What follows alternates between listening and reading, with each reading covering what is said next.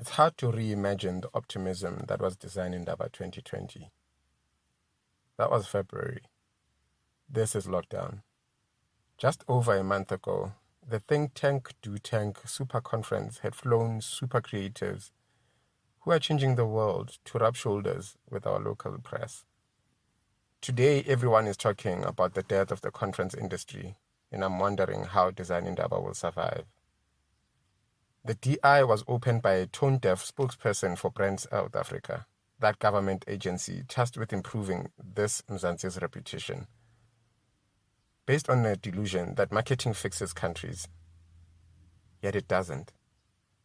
Participating government that has a compelling vision of the future, meshed with the excellent ethics that propel transparency, accountability, and efficacy does. As does global contribution, great diplomacy, and the protection of all the planet's stakeholders. Let's put this simply.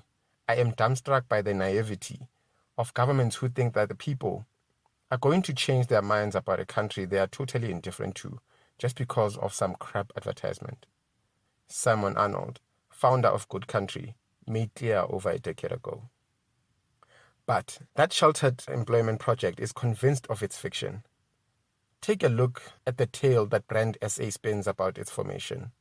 Brand South Africa was established in August 2002 to help create a positive and compelling brand image for South Africa. At that time, the world was unsure about what to think about South Africa, with many different messages being sent out by various sources. This did very little to build the country's brand, and it was evident that to attract tourism and investment, there was a need to coordinate marketing initiatives to make them more effective.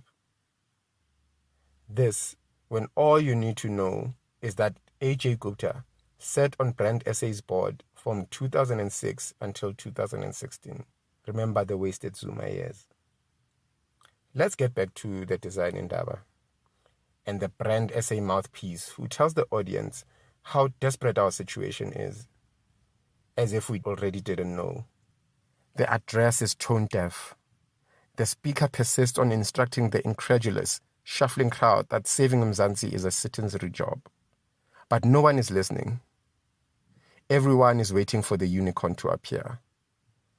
All anyone wants is Madjozi. Sho Madjozi is what Harvard Business School professor Clayton Christensen calls disruptive technology. Transformation is, after all, not born of big ion and hybrid clouds. Humans are the real agents of digital transformation. While technology accelerates the pace of progress and enables disruptive innovation, the hard work of transformation happens in our psyches. In business, this translates to the CEO who has to reinvent himself, his hierarchies, and the legacy structures in a COVID instant. Transformation is the hard work of reinventing unimaginative structures and strategies that limit innovation, and using our imagination to invent new, better, and more benevolent ecosystems that do. Just as leaders enable transformative movements in enterprise, in society, intellectuals and cultural actors do the work of transformation by revealing to us hidden truths that illuminate the margins of society, so that we collectively and individually integrate what has been lost to self. This for the betterment of everyone and everything. One only needs to look at Fela Kuti, who called his music a weapon, to realize how impactful artists are as agents of change. As Kuti said to Hank Badowitz in an interview for the Letters book, Noise of the World, non-Western artists in their own words. Music is supposed to have an effect. If you're playing music and people don't feel something, you're not doing shit. That's what African music is about. When you hear something, you must move. I want to move people to dance, but also to think. Music wants to dictate a better life against a bad life. When you listen to something that depicts having a better life and you're not having a better life, it must have an effect on you.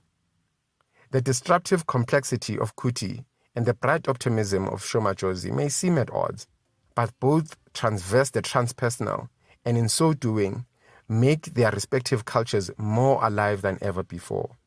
In a piece for paper, Amira Rasul describes Madjozi's vitality born of imagination. Unlike many mainstream African pop artists, Madjozi raps in several different native African languages over tracks that are usually reserved for English lyrics, and on gqom beats that typically don't require much lyrical content at all. This unique ability means she has wide appeal, reaching audiences across the continent and beyond by speaking directly to them. A lifetime ago, Madjozi exploded onto the DI stage in a riot of color to rapturous applause. A story on legs, this artist entices her audience into her narrative with fashion, film, dance, music, and comedy. This is a genre-mashing, conversation-smashing performance that simultaneously reinvents and champions what it means to be Tsonga. Madjozi the magician is a Pied Piper, and we, her children, sing, clap, dance, and laugh our way through a metamorphosis of a historical narrative wrapped up in the reinvention of the xibelani. The handle for the traditional Tsonga dance, xibelani is also the name of the skirt used to perform it. The xibelani is uber cool these days. Social channels like YouTube feature xibelani challenges, whilst influencers on Instagram wear the Tsonga wraparound made of telltale Asian cloth to swoons off. How much is the xibelani skirt? When culture collides with commerce and finds a sustainable home, this is a clear sign of mainstreaming. But in the case of the xibelani, this particular Tsonga icon had to be wrestled out of a museum of shame. It's not an African idea to cover up the body, but the xibelani says, I have the right to dress colorfully and lightly without losing my tradition. In the grim dark that was apartheid, so much of the identity and culture was murdered or dispossessed. It was unsurprising to learn of the cruel story of how traditional Tsonga skirts fell out of fashion. The book, Embroiled, Swiss Churches, South Africa and Apartheid, explores how Christian colonists, like the Swiss mission, arrived, became the land barons, and started re-engineering the beliefs, cultures, and experiences of the Batsonga. Vet's historical papers lays bare the chilling intent of these initiatives, with a note from apartheid bureaucrat D.F. Malan that talks about the Swiss mission civilizing the heathen. At the Design Indaba, Sho Madjozi premiered the trailer of a forthcoming documentary she's making called The History of the Xibelani, that reveals this fascism through stories and interactions that include snatches like men were even forbidden of touching it or seeing it.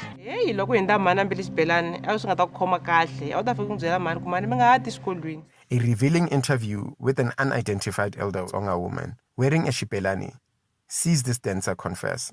The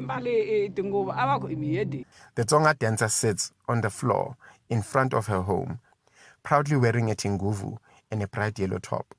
Leading us into the transmedia experience, Madjozi reveals, the first xibelani I saw, I think, was the woolly ones, and explains how her mother introduced her to the dance and the attire. Importantly, how it became a point of identity and a living manifesto for Madjozi's own invention.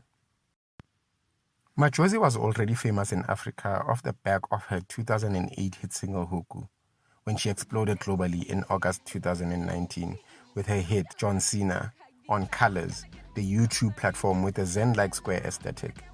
Madjozi's inventive, genre-defying style saw her disrupt the usual cultural flows in our heavily connected ecospheres.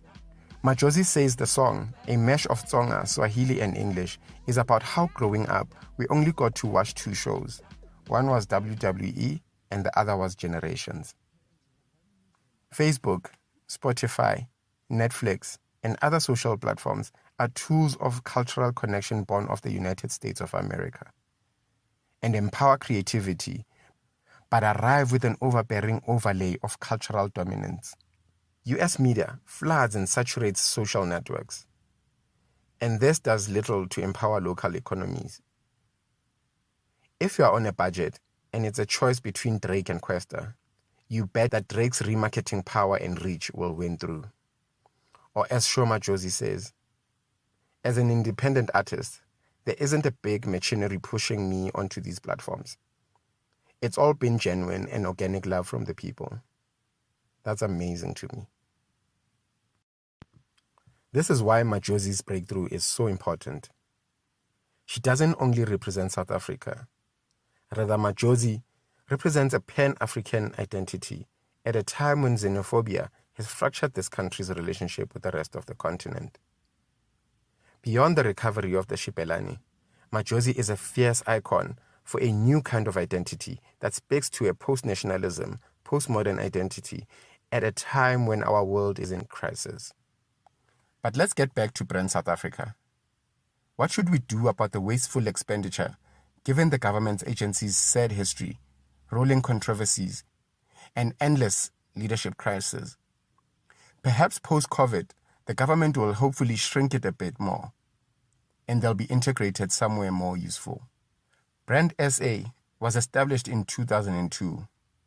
It has been 18 years. 18 years to exercise their fiction. Now that we've finally arrived at junk status and the dark night of the soul, the full grimdark, we should let them go and redistribute the cash to emerging artists, singers, and cultural creatives who can better represent this country. As for Madjozi, she's telling everyone to stay safe and stay at home during the lockdown. And we are listening. Because we respect her. Sho Madjozi is a force of nature, and we know she knows how to reach the promised land and realize a vision of a new world. That's where South Africa needs to go now, towards hopepunk and the land of reinvention. We need to separate ourselves from the grimdark that was the past. We must put the corruption and wasteful expenditure behind us and use all our imagination, power, and resources to build a better life for all. But we need a clear vision of the hard work we really need to do. Now is the time for our leaders to arise so that we might become more economically, politically, and socially inclusive, diverse, collaborative, transparent, responsible, accountable, and open. Let the hopepunk revolution, COVID-cocooned metamorphosis, become a heady, vibrant vein that propels our collective transformation and future. Wakanda forever.